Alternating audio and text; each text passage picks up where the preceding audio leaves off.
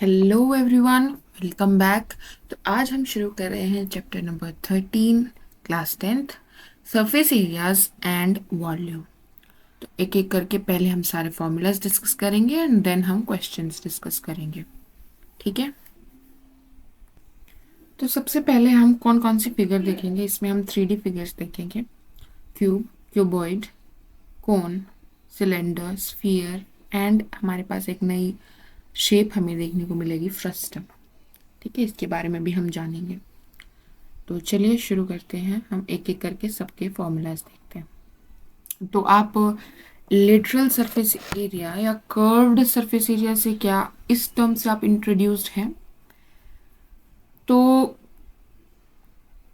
Lateral surface area या curved surface area का क्या मतलब है कि आपको उस शेप को चारों तरफ से घेरना है। ठीक है। अगर हम सिलेंडर की बात करें तो उसका लेटरल सरफेस एरिया अगर हमें निकालना है तो बेसिकली हम सिर्फ ये देखते हैं, इतना एरिया। ऊपर और नीचे का नहीं देखते हैं, टॉप और बॉटम नहीं देखते हैं, लेटरल देखते हैं। ठीक है। अगर हम कोन की बात करें तो उसके कर्व सरफेस एरिया में सिर्फ हम ये जो पोर्शन हमारा कर्व हो रहा है, जो घुमा हुआ है, इसका एरिया निकालेंगे तो क्या हो जाएगा? कर्व सरफेस एरिया या लेटरल सरफेस एरिया हो जाएगा। नीचे वाला हम इंक्लूड नहीं करते हैं, नीचे जो सर्कल है। ठीक है। तो कर्व्ड सरफेस एरिया और टोटल सरफेस एरिया में यही फर्क है। कर्व्ड सरफेस एरिया इज, हमने एक चीज रखी है सतह पर कहीं पर भी, उसको चारों तरफ से कवर करने के लिए, चारों तरफ से, ऊपर और नीचे से नहीं, चारों तरफ से कवर करने के लिए हमें कितना चीज लगेगी, that is curved surface area. ठीक है। तो सबसे पहले अगर हम क्यूब की बात करें तो क्यूब में कितने फेसेस होंगे? एक क्यूब में कितने फेसेस होते हैं? एक क्यूब में 6 फेसेस होते हैं। ईच फेस आपको कैसा दिखता है? स्क्वायर शेप का दिखता है। ईच फेस आपको एक स्क्वायर शेप के रूप में दिखता है। और ऐसे कितने फेस होते हैं? ऐसे इसके 6 फेस होते हैं। फ्रंट हो गया, बैक हो गया, साइड हो गया दोनों, एंड टॉप और बॉटम हो गया। ठीक है, 6 फेस दिखते हैं। अब जब हम लेटरल सरफेस एरिया की बात, अच्छा स्क्वायर शेप में दिख रहे हैं चारों फेस, 6 फेसेस। तो एक स्क्वायर का एरिया क्या होता है हमें पता है? हाँ जी पता है। कितना होता है? साइड का स्क्वायर होता है। साइड का स्क्वायर होता है एक स्क्वायर का एरिया। तो इस क्यूब को कवर करने के लिए हमें कितने स्क्वायर्स चाहिए? ऐसे 6 स्क्वायर्स चाहिए पूरा क्यूब को कवर करने के लिए। ठीक है। तो इस साइड स्क्वायर, तो एक स्क्वायर का एरिया है, तो इस ऐसे हमें 6 चाहिए, तो 6 इंटू साइड स्क्वायर क्या हो जाएगा हमारा?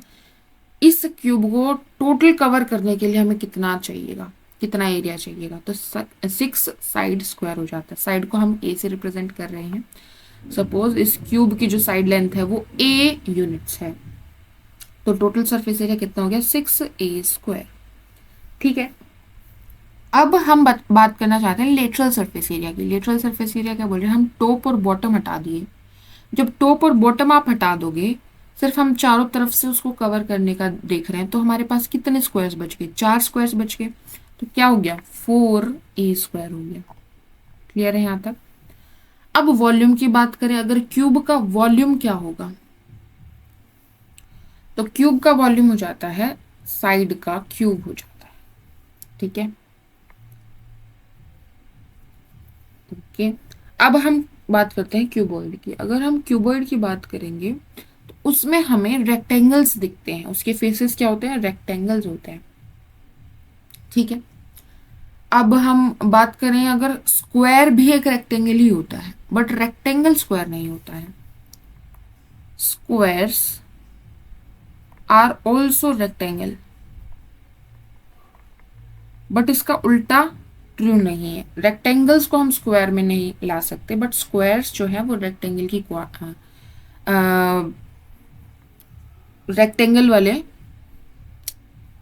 बोल सकते हैं, स्क्वायर को रेक्टेंगल बोल सकते हैं। तो रेक्टेंगल जो है वो बड़ी क्लास है हमारी, उसके अंदर स्क्वायर होंगे।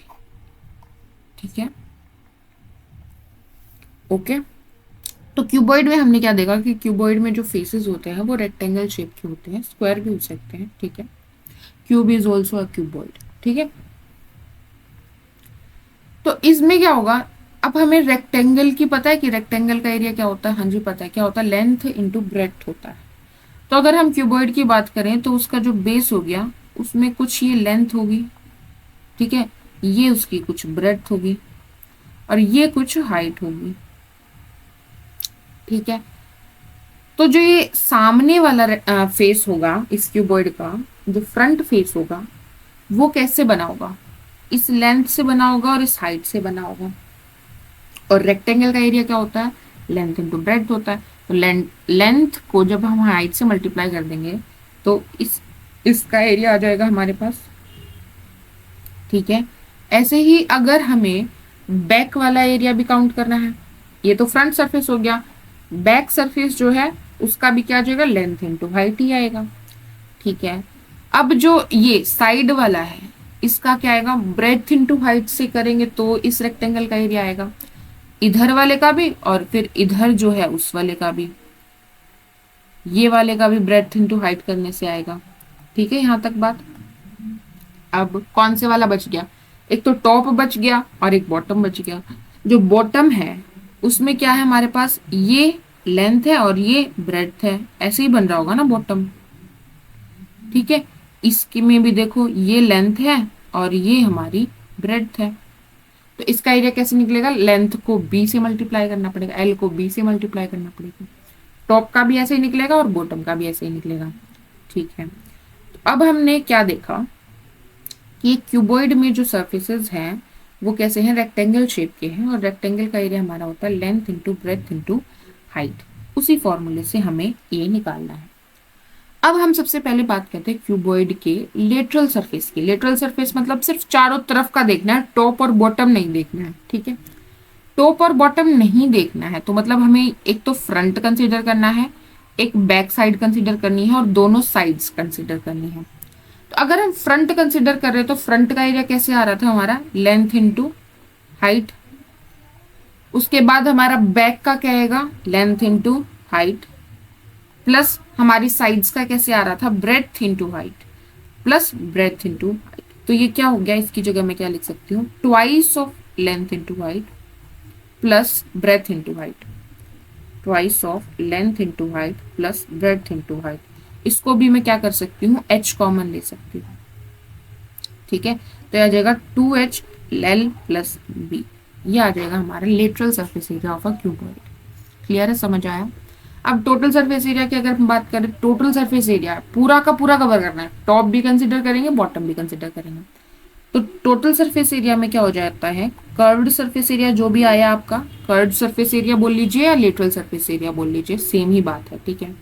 जो भी आपका कर्व्ड सरफेस एरिया आया उसमें हम ऐड कर देंगे कौन सा, टॉप का और बॉटम का एरिया ऐड कर देंगे तो हमारे पास टोटल सरफेस एरिया आ जाएगा, ठीक है। तो हम 2 into h l plus b h में ऐड कर देंगे क्या, टॉप वाला और बॉटम वाला। टॉप वाला कैसे निकलेगा, लेंथ इंटू ब्रेथ करके, और बॉटम वाला कैसे निकलेगा, वो भी लेंथ इंटू ब्रेथ करके। तो ये हो गया 2 टाइम्स लेंथ इंटू ब्रेथ, तो इसको भी ब्रैकेट के अंदर लिख लेंगे, ठीक है, प्लस लेंथ इंटू ब्रेथ। तो ये हमारा हो गया टोटल सरफेस एरिया। तो कर्व्ड सरफेस एरिया में अगर हम टॉप और बॉटम का ऐड कर देंगे तो हमारा क्या बन जाएगा, टोटल सरफेस एरिया बन जाएगा। तो टोटल सरफेस और सरफेस एरिया ऑफ क्यूबॉइड हमारा क्या बन गया, twice of length into breadth, breath into height और हाइट इंटू लेंथ, ठीक है, ओके। अब हम वॉल्यूम की बात कर लेते हैं।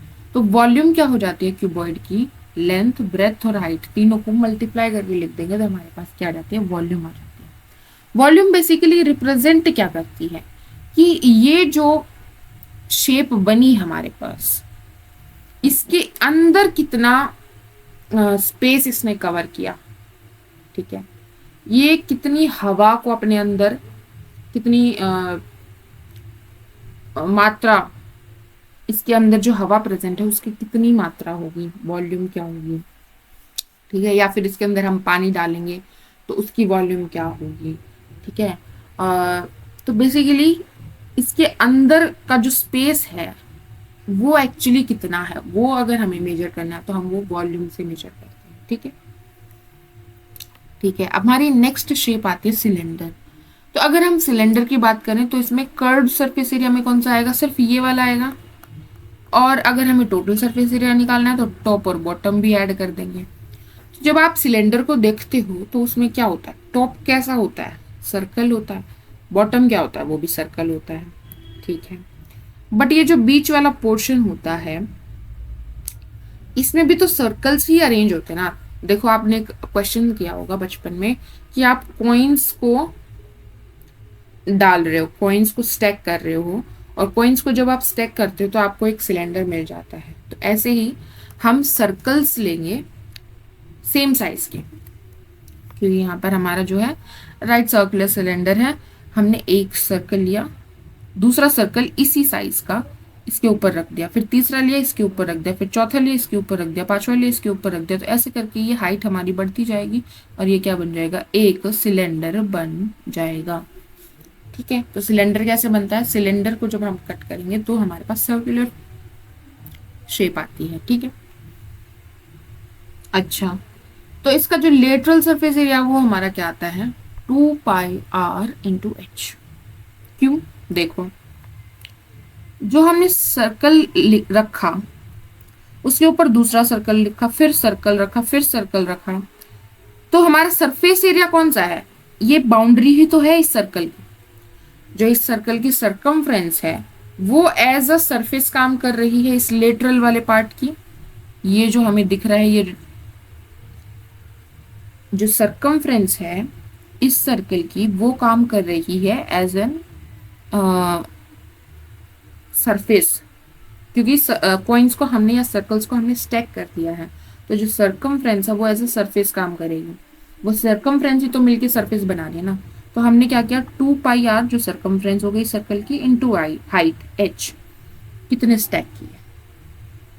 ठीक है, तो ये हमें क्या देता है, लेटरल सरफेस एरिया दे देता है। टोटल सरफेस एरिया निकालने के लिए हमें कर्व्ड सरफेस एरिया में या लेटरल सरफेस एरिया में क्या करना पड़ेगा, टॉप और बॉटम का ऐड करना पड़ेगा।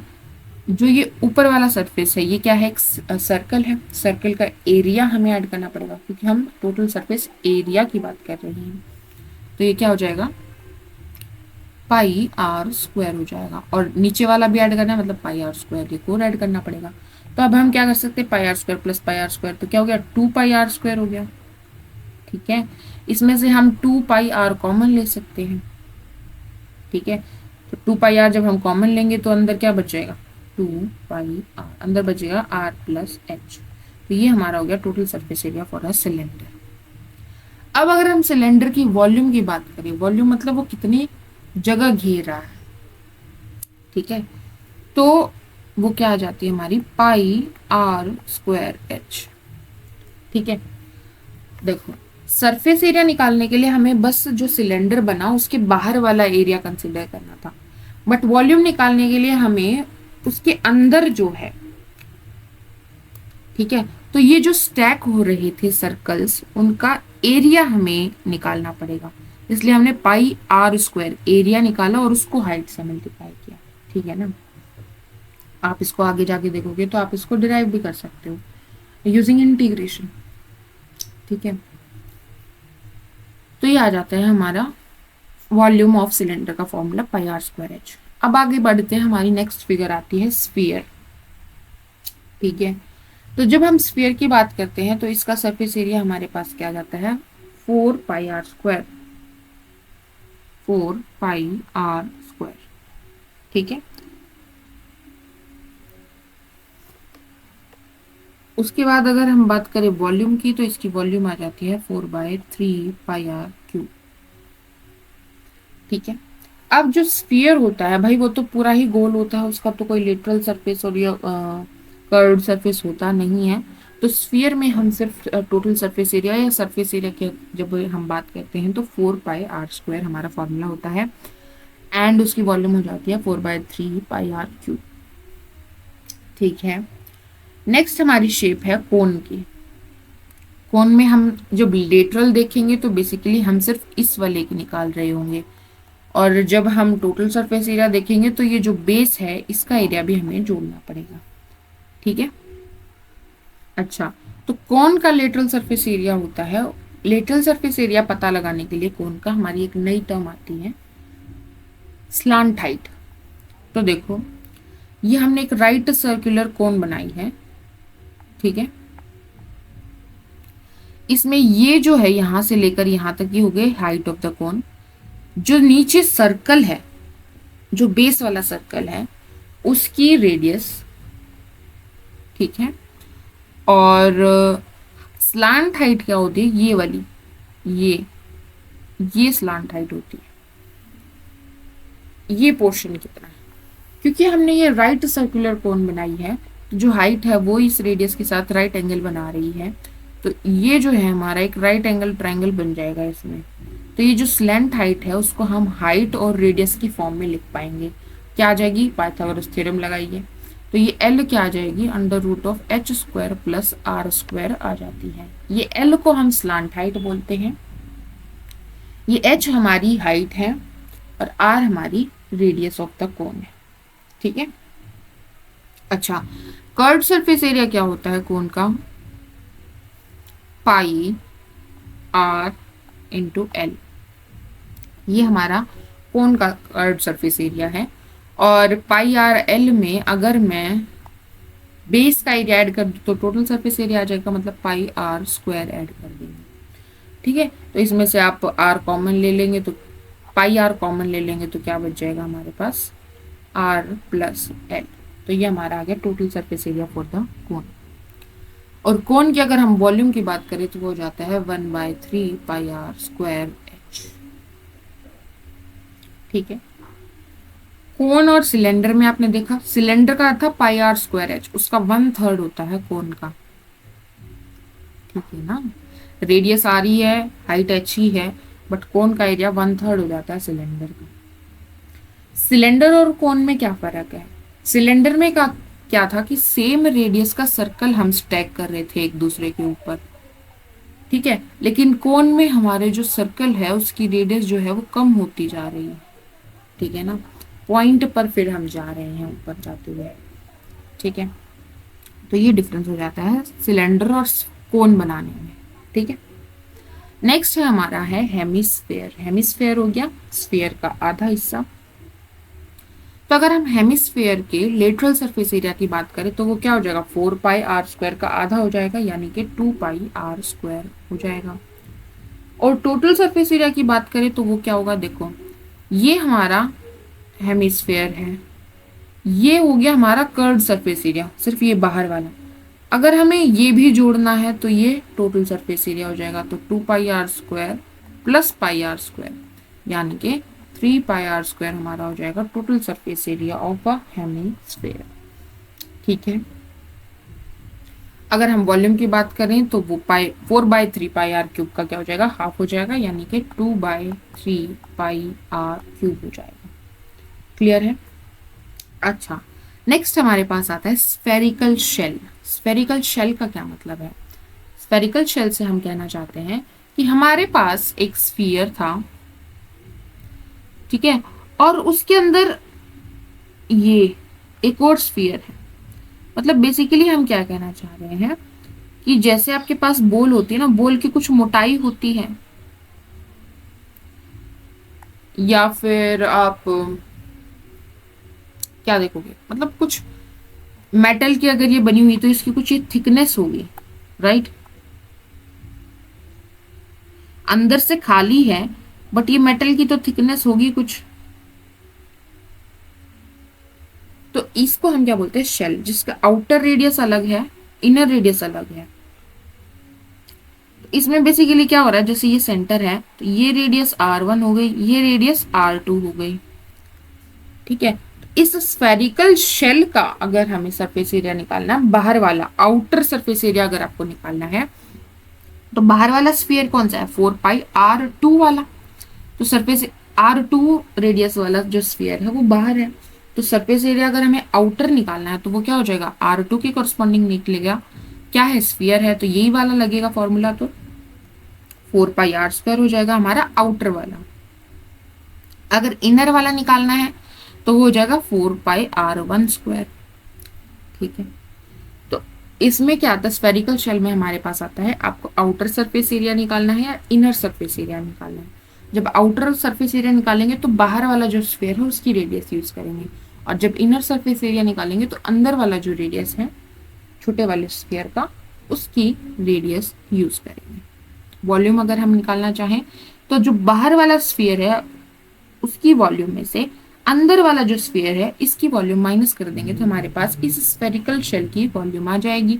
तो स्फीयर की वॉल्यूम ये होती है, यही फॉर्मूला हम यूज करेंगे, तो ये हो जाएगा 4/3 पाई R2 क्यूब में से मुझे माइनस करना है 4/3 पाई R1 क्यूब। 4/3 पाई कॉमन ले लेंगे तो अंदर बच जाएगा हमारे पास R2 cube minus R1 cube. तो ये हमारा स्फेरिकल शेल के अंदर अगर आपको वॉल्यूम निकालनी है उसकी, तो ये इसका फॉर्मूला हो जाएगा। क्लियर है यहाँ तक बात? अच्छा, उसके बाद कोन के केस में मैं आपको ये बता चुकी हूँ कि जो एल है, लेंथ है या फिर स्लांट हाइट जो है कोन की, वो किसके बराबर होती है, √h² प्लस R² के बराबर होती है। ठीक है, अब हम देखते हैं कि अब क्यूब अगर हमें दे रखा है तो उसका डायगोनल की लेंथ क्या होगी, क्यूबॉइड दे रखा है तो उसकी डायगोनल की लेंथ क्या होगी, ये दो चीजें और देखते हैं। तो ये हमें क्यूब गिवन है, ठीक है, हमें इसका डायगोनल निकालना है। देखो, स्क्वायर का डायगोनल क्या होता था, अपोजिट वर्टिसेस को ज्वाइन करते थे। ये हमारे पास एक स्क्वायर गिवन है अगर, तो अगर मैं इस वर्टेक्स को इससे ज्वाइन करूंगी तो मेरे पास एक डायगोनल मिलता है। ठीक है, क्यूब में हमारा डायगोनल कैसा होता है, जब मैंने इसको इससे ज्वाइन किया तो ये तो जो फ्रंट फेस है सिर्फ उसका डायगोनल हो गया, हमें क्यूब का डायगोनल निकालना है। तो क्यूब का डायगोनल निकालने के लिए हम क्या करेंगे, ये हमारा क्यूब है, ऐसे ऐसे ऐसे, ठीक है, जो पीछे वाला कॉर्नर है, लास्ट कॉर्नर, और ये जो फ्रंट में कॉर्नर है, दोनों अपोजिट है, इनको ज्वाइन करेंगे हमें डायगोनल मिलेगा। इसको किससे ज्वाइन करूंगा, पीछे वाले से, तो ये हमें डायगोनल मिलेगा। इसको आप किससे ज्वाइन करोगे, इससे, ये डायगोनल मिलेगा, और इससे किसको, इससे, तो ये 4 डायगोनल हमें मिल गई। ठीक है, अब हमें निकालना है कि क्यूब की डायगोनल की लेंथ आप कैसे निकालोगे, क्या आती है। तो देखो, अच्छे से समझो इस बात को कि ये हमारा फ्रंट फेस है, बहुत ही बुरा डायग्राम है, ये हमारा फ्रंट फेस है एक स्क्वायर का। ठीक है, ये हमारा साइड फेस बनेंगे,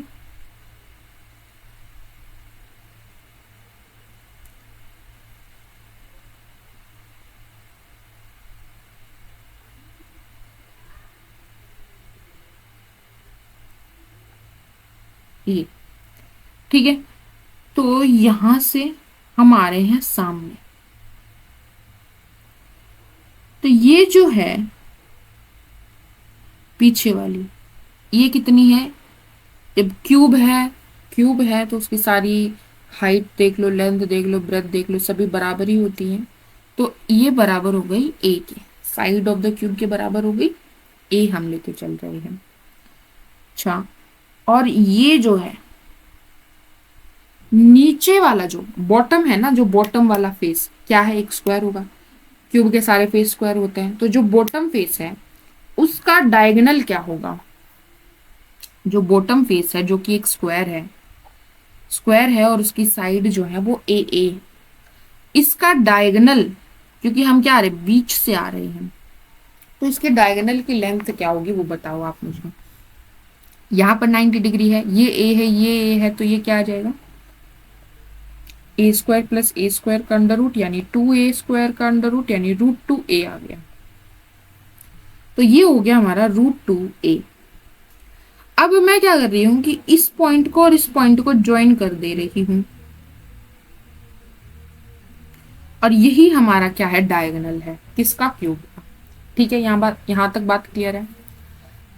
अब ये बात बताओ कि ये जो ए बी सी है, क्या आप इसको इमेजिन कर पा रहे हो कि क्या ये राइट एंगल ट्राइंगल बन रही है या नहीं। तो देखो, जो लास्ट ये जो पॉइंट है इससे हम नीचे आ रहे हैं, ये हाइट है किसकी, स्क्वायर की। तो जब आप हाइट देखोगे स्क्वायर की तो वो बेस के परपेंडिकुलर है या नहीं, ये बताओ पहले। ये जो हाइट है ये बेस के परपेंडिकुलर है ना, ठीक है।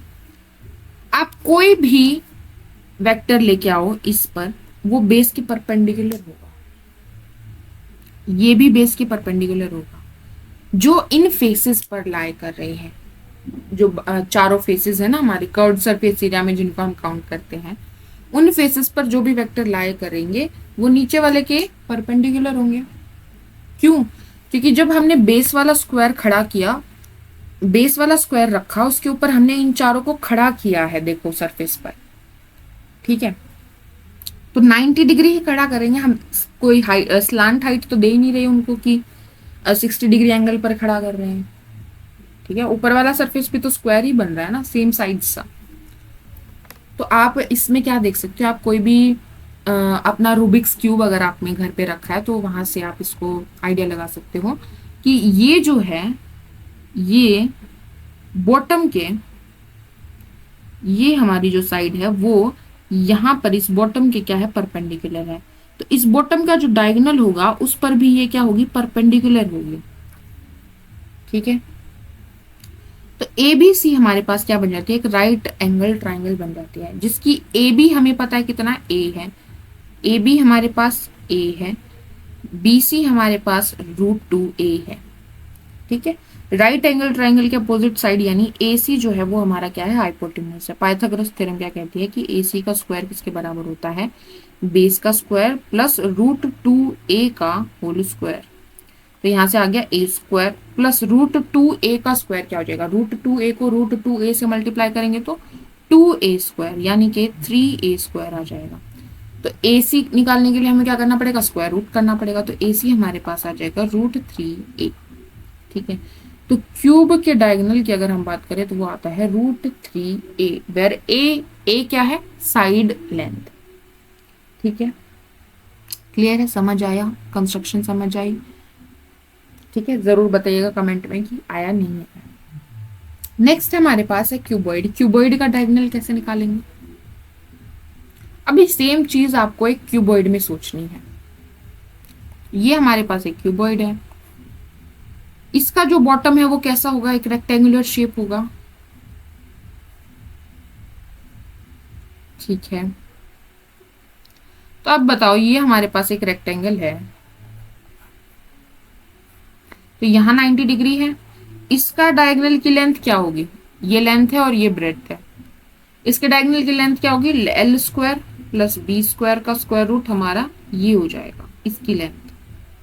तो इसमें भी हम जो लास्ट वाला पॉइंट है उसको यहां से ज्वाइन करेंगे, ठीक है। तो अगेन हम एक राइट एंगल ट्राइंगल बन जाएगी, कौन सी, एक तो ये, फिर नीचे वाला जो बॉटम वाला सरफेस उसका डायगोनल, ठीक है। और ये हमारा है क्यूबॉइड का डायगोनल, ठीक है। और ये हमारा है जो बॉटम सरफेस है जो कि एक रेक्टेंगल है उसका डायगोनल, ठीक है। अब हमने देखा कि एक रेक्टेंगल जब हमें गिवन होता है जिसकी ये साइड L है और ये साइड B है, तो उस केस में जो ये डायगोनल है इसकी लेंथ हमारे पास क्या आ जाती है, √L² प्लस B स्क्वायर आ जाती है। ये L है, ये B है और ये हमारे पास क्या हो जाती है, हाइट H हो जाती है। ये H है तो ये भी क्या होगी, H होगी, ठीक है। तो ये हमें पता है H है, ये हमें पता है कि √L² प्लस B स्क्वायर है, तो ये हम निकाल सकते हैं इसमें, ये एक राइट एंगल ट्राइंगल है, ठीक है। तो क्या हो जाएगी, H का square plus √L² plus B square का होल स्क्वायर, तो रूट और स्क्वायर आपस में कैंसिल हो जाएंगे, तो ये आ जाएगा L² प्लस B स्क्वायर का स्क्वायर रूट। ये हमारा आ जाएगा डायगोनल ऑफ क्यूबॉइड। क्लियर है, ठीक है।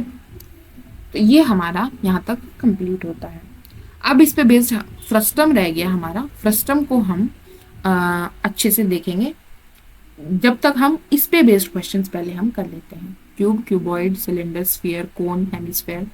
अच्छा, इन पे जो डायरेक्टली क्वेश्चंस है, आपको डायरेक्ट पूछ रहा है कि सिलेंडर का एरिया निकालिए, सिलेंडर का कर्व्ड सरफेस एरिया निकालिए, सिलेंडर की वॉल्यूम निकालिए, तो वो डायरेक्ट क्वेश्चंस आप कर चुके होंगे अब तक। यहाँ पर हमें क्या दिया होगा, मिक्स्ड करके दिया होगा, दो फिगर्स को ज्वाइन कर दिया होगा। हम क्यूबॉइड के ऊपर हेमिस्फेयर रख दिया हमने, क्यूबॉइड से स्फीयर कट कर लिया है हमने।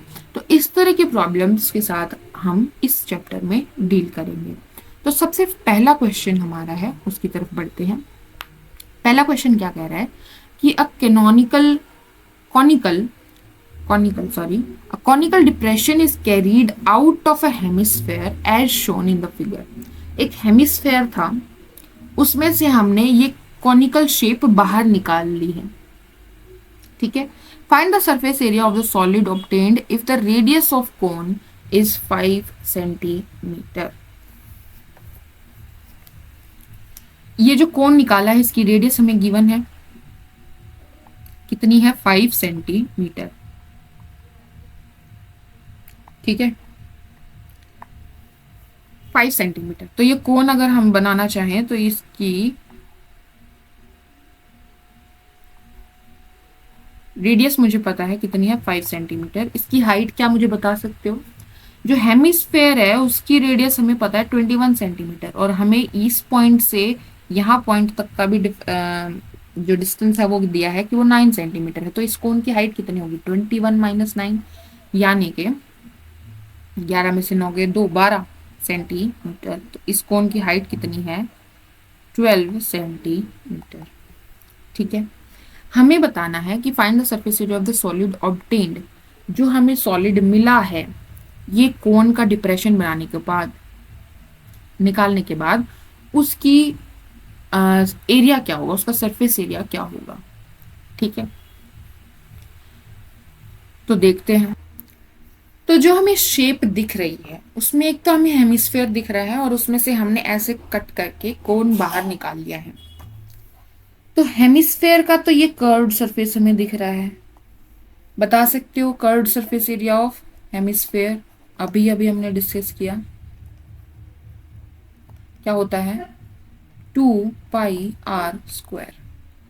हेमिस्फेयर की रेडियस हमें पता है जी, पता है तो हम ये इजीली निकाल सकते हैं। क्या आ जाएगा, 2π × r यानी 21 का स्क्वायर।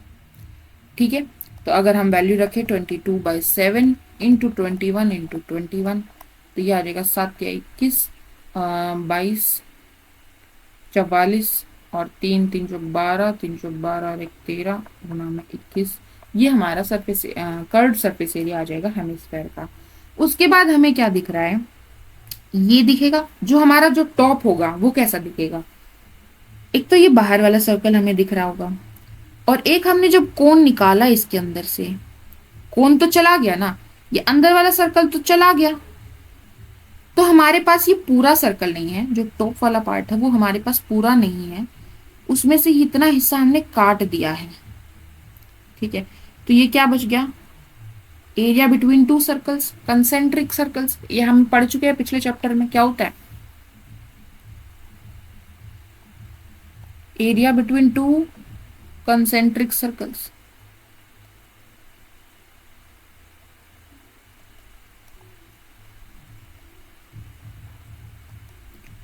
πr² माइनस r², बड़े वाली जो रेडियस है उसमें से छोटे वाले रेडियस माइनस करेंगे, यही था। अच्छा, ये जो बड़े वाला जो है ये इसकी रेडियस क्या है, जो हेमिस्फेयर की रेडियस है, क्योंकि वो हेमिस्फेयर का एक सरफेस है, तो क्या है, 21 है। और जो छोटे वाला है वो किसकी है, कोन की रेडियस से बना है ना, जो कि हमें दी है, कितनी है, 5 सेंटीमीटर है।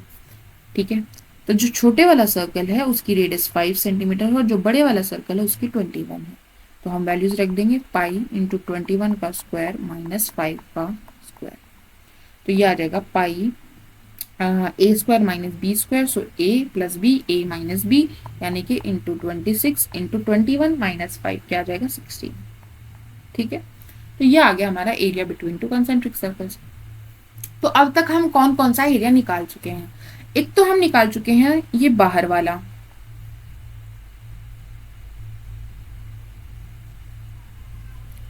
एक तो हम ये निकाल चुके हैं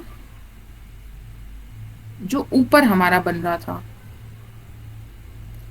ये वाला हम निकाल चुके हैं, हाँ जी निकाल चुके हैं। ये बाहर वाला भी हम निकाल चुके हैं, हाँ निकाल चुके हैं। बट जब हमने ये डिप्रेशन, ये कोन निकाला, तो ये भी तो एक्सपोज हो गया ना, ये वाला। और ये हम कैसे निकाल सकते हैं? Curved surface area of cone. कैसे निकाल सकते हैं? Curved surface area of cone से निकाल सकते हैं। तो हमें एक चीज और निकालनी पड़ेगी, that is curved surface area of cone, CSA of cone. अब बताओ CSA ऑफ कोन क्या होता है? पाई आर एल होता है। तो इसके लिए आर पता है, हाँ जी पता है। एल पता है क्या? एल ही तो नहीं पता, स्लांट हाइट निकालनी पड़ेगी। स्लांट हाइट का हमने क्या फॉर्मूला देखा कि हाइट का स्क्वायर प्लस रेडियस का स्क्वायर रूट होता है हमारा एल, स्लांट हाइट। तो क्या मुझे इस कोन की हाइट पता है? हाँ पता है। कितनी है? 12। तो 12 का स्क्वायर प्लस रेडियस पता है? हाँ पता है। कितनी है? 5। 5 का स्क्वायर रूट, तो ये हो जाएगा 144 प्लस 25, दैट इज 169 का स्क्वायर रूट। तो हमारे पास क्या आ गया? 13 आ गई हमारी क्या? स्लैंट हाइट आ गई 13 सेंटीमीटर। ठीक है, तो यहाँ पर पाई इंटू रेडियस हमें 5 गिवन है कोन की, और स्लैंट हाइट हमारे पास आ गई 13। तो ये हमारा आ गया curved surface area of the कोन। तो अब देखो इस फिगर को जब आप देखोगे, तो पहले हमारे पास हेमिस्फेयर था, ठीक है, हेमिस्फेयर था, तो हमने उसका कर्व्ड सरफेस एरिया निकाल लिया। अब उस हेमिस्फेयर में से हमने क्या किया, अगर सिर्फ सिर्फ हेमिस्फेयर दिया होता और हमें पूछ लेता कि सॉलिड जो दिया है उसका एरिया निकालिए, तो हम उसका क्या निकालते? टोटल सरफेस एरिया निकालते, जो क्या आता? 3πr² आता। लेकिन इसमें हमें क्या दे दिया है कि ये जो हेमिस्फेयर है, ये जो इसका ये वाला पार्ट है, इसमें से हमने एक कोन जो है वो बाहर निकाल लिया। तो जो ऊपर वाला सरफेस हमें दिख रहा था वो एज इन कंसेंट्रिक सर्कल्स के बीच का एरिया दिख रहा था। ठीक है, 2 सर्कल बनाए हुए थे, उनके बीच का एरिया हमारे पास था, बीच वाला सर्कल बाहर निकल गया था। ठीक है, तो हमने वो एरिया निकाला। देन जो डिप्रेशन बनाया था वो कोन की शेप में बनाया था। तो अब हमारे पास जो शेप है ना वो कुछ ऐसी दिख रही होगी, ये। देन हमारे पास ये भी एक्सपोज्ड एरिया था, और देन हमारे पास ये ऐसी भरी हुई, और ये हमारे पास स्फीयर था। ऐसी हमारे पास शेप होगी। ये पूरा था, ये पूरा है ऊपर वाला टॉप वाला, ठीक है, और ये हमारा एक्सपोज्ड है, ये बीच वाला खाली है। ऐसा, ऐसी हमारे पास शेप होगी। समझ पा रहे हो आप? ठीक है, सारी चीजें निकाल ली, ऐड कर दीजिए, आपके पास आंसर आ जाएगा। कैलकुलेट कर लेते हैं थोड़ा। तो यहां से आ गया हमारे पास, कैलकुलेशन आप खुद कर लीजिए, ठीक है। ओके, आगे बढ़ते हैं। नेक्स्ट क्वेश्चन क्या कह रहा है कि a cylindrical container is filled with ice cream. एक सिलेंडर है हमारे पास, उसको हमने आइसक्रीम से भरा हुआ है, whose radius is 6 metre and height is 15 metre. ठीक है, the whole ice cream is distributed to 10 childrens. Total 10 बच्चों को बांटी गई है in equal cones having hemispherical top. ये कोन है, बट ये खाली कोन नहीं है, आपने देखा होगा इसके ऊपर ऐसी शेप की हम बनाते हैं ड्राइंग में, तो ये इसके ऊपर हेमिस्फेयर भी है एक। ठीक है, is equal cones having hemispherical top. If the height of the conical portion यानी ये वाली height is 4 times the radius of its base. Height is 4 times the radius of the base. ठीक है, find the radius of the cone. Cone की radius हमें निकालनी, मतलब हमें आर की वैल्यू निकालनी है। ठीक है, तो हमारे पास क्या थी, सबसे पहले जो आइसक्रीम थी वो एक सिलेंड्रिकल एरिया, सिलेंड्रिकल कंटेनर में थी। ठीक है, और उसको हमने निकाल के उसमें से कोन्स में भरा। ठीक है, जो कोन्स में, जिन कोन्स में भरा उसका डायमेंशन हमें क्या पता है कि जो हाइट ऑफ कोनिकल सेक्शन है वो 4 टाइम्स है रेडियस ऑफ कोनिकल सेक्शन के। ठीक है, तो ये जो हेमिस्फेयर है इसकी रेडियस भी तो आर ही होगी, इसमें कोई प्रॉब्लम है? ये कौन था, ठीक है, इसकी रेडियस आर है, और इसके ऊपर हमने एक हेमिस्फेयर बनाया तो उसकी रेडियस भी तो आर ही होगी ना, वो भी इसी सर्कल पे बना है। ठीक है, और उसे हमने 10 बच्चों में बांट पाए हम। ये जो जो भी हमारे पास आइसक्रीम थी सिलेंड्रिकल कंटेनर में, उसे हम इस डायमेंशन के साथ सिर्फ 10 बच्चों में बांट पाए। तो क्या हम रेडियस ऑफ द कोन निकाल सकते हैं? सबसे पहले तो ये बताओ, जो इसमें थी वही बांटी है, तो इसमें कितनी आ सकती है वो कैसे पता चलेगा? वॉल्यूम से पता चलेगा। तो सबसे पहले हम निकालेंगे volume of cylinder. Volume of cylinder कितनी होती, क्या होता है formula? Pi are square h. Pi 22/7, r हाँ पता है कितना, 6 मीटर, तो 6 का स्क्वायर यानी कि 36, इंटू हाइट पता है, हाँ पता है 15। ठीक है, ये हो गया वॉल्यूम ऑफ सिलेंडर। ठीक है, इसको हमने बांटा है इन कोन्स में भर के, तो एक कोन की वॉल्यूम क्या है पहले हम वो निकाल लेते हैं। Volume of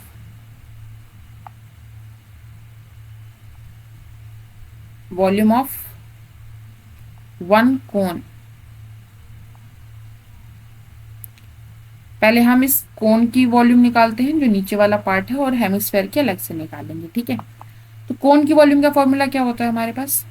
1/3 pi are square H. तो 1/3 पाई वैल्यू 22/7। अब कोन की रेडियस के बारे में हमें नहीं पता है, तो हम आर ही रखते हैं, आर स्क्वायर। एच के बारे में पता है कि एच को हम आर की टर्म्स में लिख सकते हैं, एच की जगह पर मैं 4r लिख सकती हूँ। ठीक है, अब वॉल्यूम ऑफ हेमिस्फेयर, जो इस कोनिकल शेप के ऊपर हमने हेमिस्फेयर बिठाया है, उसका भी वॉल्यूम निकाल लेते हैं। हेमिस्फेयर का वॉल्यूम क्या होता है? स्फेयर की वॉल्यूम का आधा हो जाता है, यानी 2/3 पाई आर क्यूब हो जाता है। ठीक है, तो हमने क्या किया, जो सिलेंडर की वॉल्यूम थी हमारे पास आई 22/7 इंटू 36 इंटू 15, इसको हमने बांट दिया। कितने बच्चों में बांटा? 10 बच्चों में बांटा। ठीक है, और जो बांटा है उसमें एक क्वांटिटी की वॉल्यूम कितनी है? Volume of a cone plus volume of a cylinder. So 1/3 22/7 r square into 4r plus 2/3 pi r cube. ठीक है, समझ आई यहां तक बात? जितनी सिलेंडर में थी आइसक्रीम, उसको हमने 10 हिस्सों में बांटा है, 10 बच्चों को दिया है। इसको सॉल्व करेंगे तो ये आ जाएगा हमारे पास 22/21 इंटू 4r³ प्लस 2/3 यानी इंटू 22/7, तो ये हो गया 44/21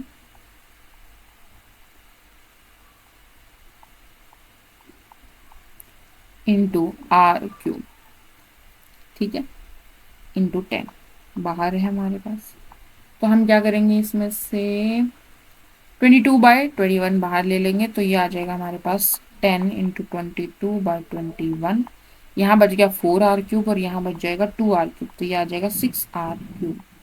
3 से कट जाएगा, 3 दूनी 6 होते हैं, 3 सते 21 होते हैं। ठीक है, तो ये आ गया हमारे पास 22 इंटू 2 यानी कि 44 440/7r³। तो हमारे पास था 22/7 इंटू 36 इंटू 15, किसके बराबर आया हमारा 44/7 के बराबर आया। तो यहाँ से r³ किसके बराबर आ जाएगा 22/7 इंटू 36 इंटू 15। 7 यहाँ पर डिवाइड में, इधर जाके क्या हो जाएगा, मल्टीप्लाई में हो जाएगा, और 414 नीचे चला आ जाएगा। ठीक है, 7 से 7 कैंसिल हो जाएगा, 20 हो जाएगा, 4 पंजे 20 हो जाएगा, 4 नीम 36 हो जाएगा, 5 3 15 हो जाएगा।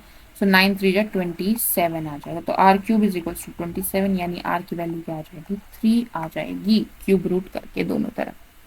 तो जो ये जो कोन बनाया है इन्होंने इतना सुथरा, इतना ब्यूटीफुल, उसकी जो रेडियस है वो क्या है, 3 मीटर्स है।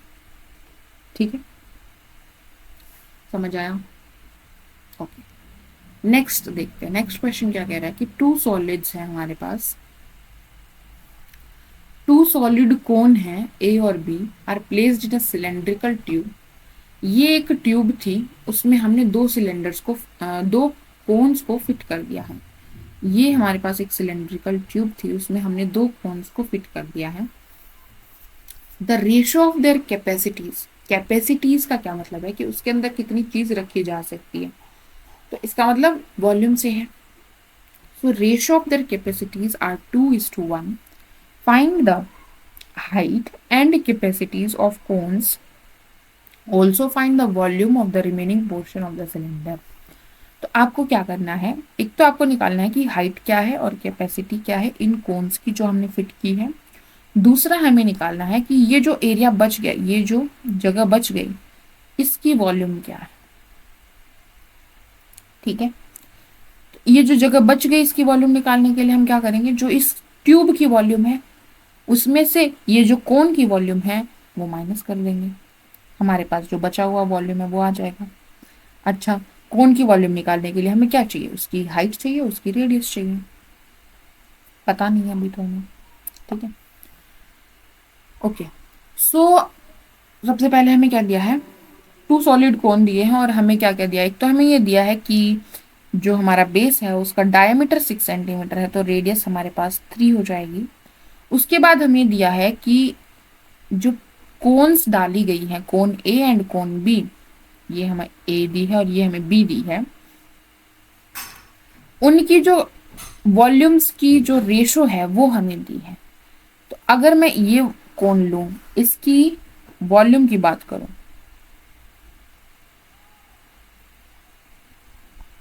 क्या आएगी, 1/3 पाई आर स्क्वायर। आर क्या है, 3। अब ये पूरी ट्यूब है, ये सिलेंड्रिकल ट्यूब है और इसका डायमीटर 6 सेंटीमीटर है, तो इसकी रेडियस 3 सेंटीमीटर रहेगी, यहाँ पर भी और यहाँ पर भी, ये भी क्या आएगी, 3 सेंटीमीटर ही आएगी। तो हम क्या लिखते हैं, 1/3 पाई आर स्क्वायर एच, तो रेडियस का हमें स्क्वायर करना पड़ेगा, यानी 3×3=9 इंटू हाइट। हाइट यहाँ पर h1 में हम लेकर चल रहे हैं। अब हमें दिया है वॉल्यूम ऑफ कोन 2, अगर हम निकालना चाहें तो वो क्या आ जाएगा, 1/3 पाई आर स्क्वायर, यहाँ पर अगेन रेडियस 3 ही है तो 9 आ जाएगा, इंटू h2 आ जाएगा। हमें बोला है कि ये जो वॉल्यूम है इसकी जो रेशो है वो कितनी है, 2:1 है। तो volume of cone 1 by volume of cone 2 क्या है, 2:1 है। वैल्यू रखेंगे तो ये हो जाएगा 1/3 pi into 9 into h1 by 1/3 pi into 9 into h2, क्या आ गया, 2/1 आ गया। 1/3 cancel, pi pi cancel, 9 cancel, तो हमारे पास आ गया h1 और h2 की रेशो आ गई हमारे पास 2:1। अच्छा, और हमें क्या पता है कि देखो तुम्हें ये 21 दिख रहा है यहाँ पर, ये जो पूरी ट्यूब है इसकी लेंथ हमें पता है कितनी है, 21 सेंटीमीटर। ठीक है, यहां से मैं क्या लिख सकती हूँ कि जो h1 है वो क्या है, ट्वाइस ऑफ h2 है। इतनी चीज यहां से आप देख पा रहे हो क्रॉस मल्टीप्लाई करके। ठीक है, और यहां से मैं क्या देख पा रही हूँ कि h1 प्लस h2 जो है वो किसके बराबर है, 21 के बराबर है। ये h2 ये h1 ये किसके बराबर है, 21 के बराबर है। तो h1 की जगह आप 2h2 रख सकते हैं, रख दीजिए। 2h2 प्लस h2 किसके बराबर है, 21 के बराबर है, तो ये आ गया 3h2 किसके बराबर है, 21 के बराबर है, तो h2 किसके बराबर आ गया, 7 सेंटीमीटर के बराबर आ गया। 3×7=21 होता है। तो h2 हमें पता चल गया कितना है, 7 है, ये हमने निकाल लिया, आ गया हमारे पास 7 सेंटीमीटर। h1 क्या हो जाएगा, h2 अगर 7 है, h2 अगर 7 है तो h1 क्या हो जाएगा, 21 - 7 यानी कि 14 सेंटीमीटर। ठीक है, क्लियर है। अब हमें ये जो कोन्स थी इनकी हाइट पता चल गई, जो कोन 1 थी उसकी हाइट 14 सेंटीमीटर है और कोन 2 की हाइट 7 सेंटीमीटर है, रेडियस दोनों की ही 3 सेंटीमीटर है।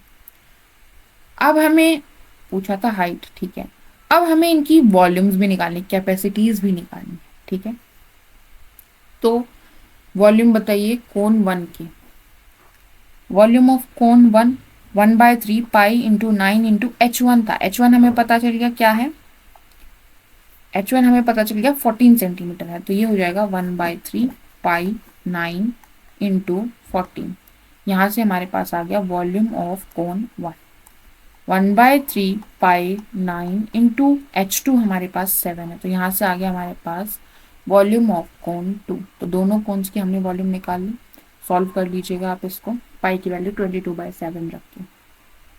ठीक है, अगर हम देखो ये 3 से 3 कैंसिल हो जाएगा, 3 से 9 कैंसिल हो जाएगा, 3 हो जाएगा।